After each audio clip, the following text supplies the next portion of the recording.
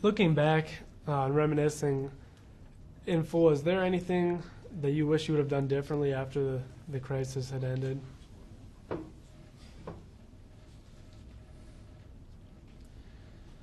Um,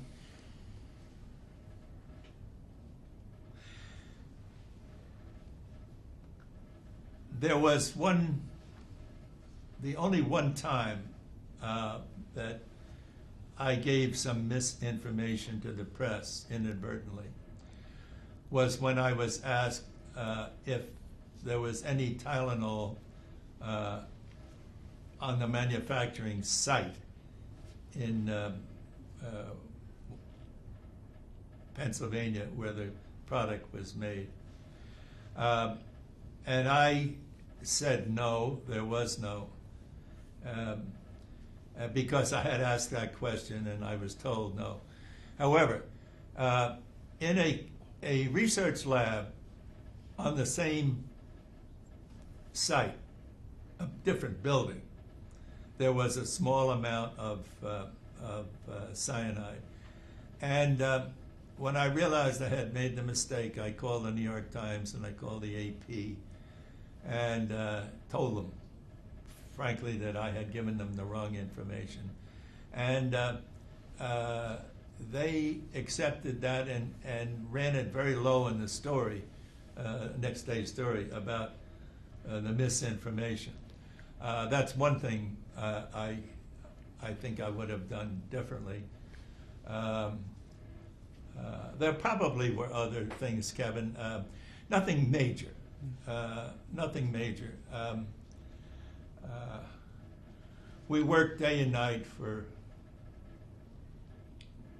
untold amount of time.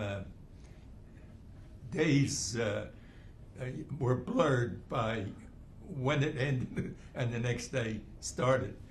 And this went on for weeks and months. Because we wanted to bring the product back on the market, and you remember, or you may not, but we were able to bring the product back on the market almost less than 2 or 3 months later. We were told by, we had quickly designed triple safety seal packaging. And the safety seals began with the glued top to the box, and then there was a red plastic neck around the top of the bottle, which sealed it. And then when you got that open, you had to puncture a foil top on the bottle. But getting that manufactured, we were told, this could take a year or two. It was amazing. The people, the companies throughout the country who manufacture machinery and help create these methods of doing this did an absolutely fantastic job of cooperating with us. And in what was supposed to be months turned out to be weeks or days. And we were able to get the product back on the market within by December. And I might add, 1 year later, the product was selling better than it had at the time of the tragedy.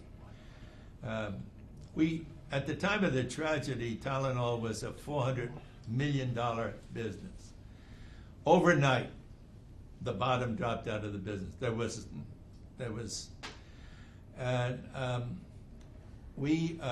We recalled 31 million bottles of Tylenol, and each bottle was tested. Interestingly enough, it turned out that 2 bottles contained cyanide. So by the recall, we saved some lives. And that was the recall that cost $125 million. But it was, it took a lot of time to get all those bottles back. In the meantime, our advertising campaign, well, immediately, obviously, on the murders, the first murders, all advertising stopped. one doesn't advertise a painkiller and then on the same newscast tell about murder. But we began a series of campaigns that said, trust us. We don't know what the answer is to this tragedy, but trust us. And as soon as we find out what it is, we will tell you.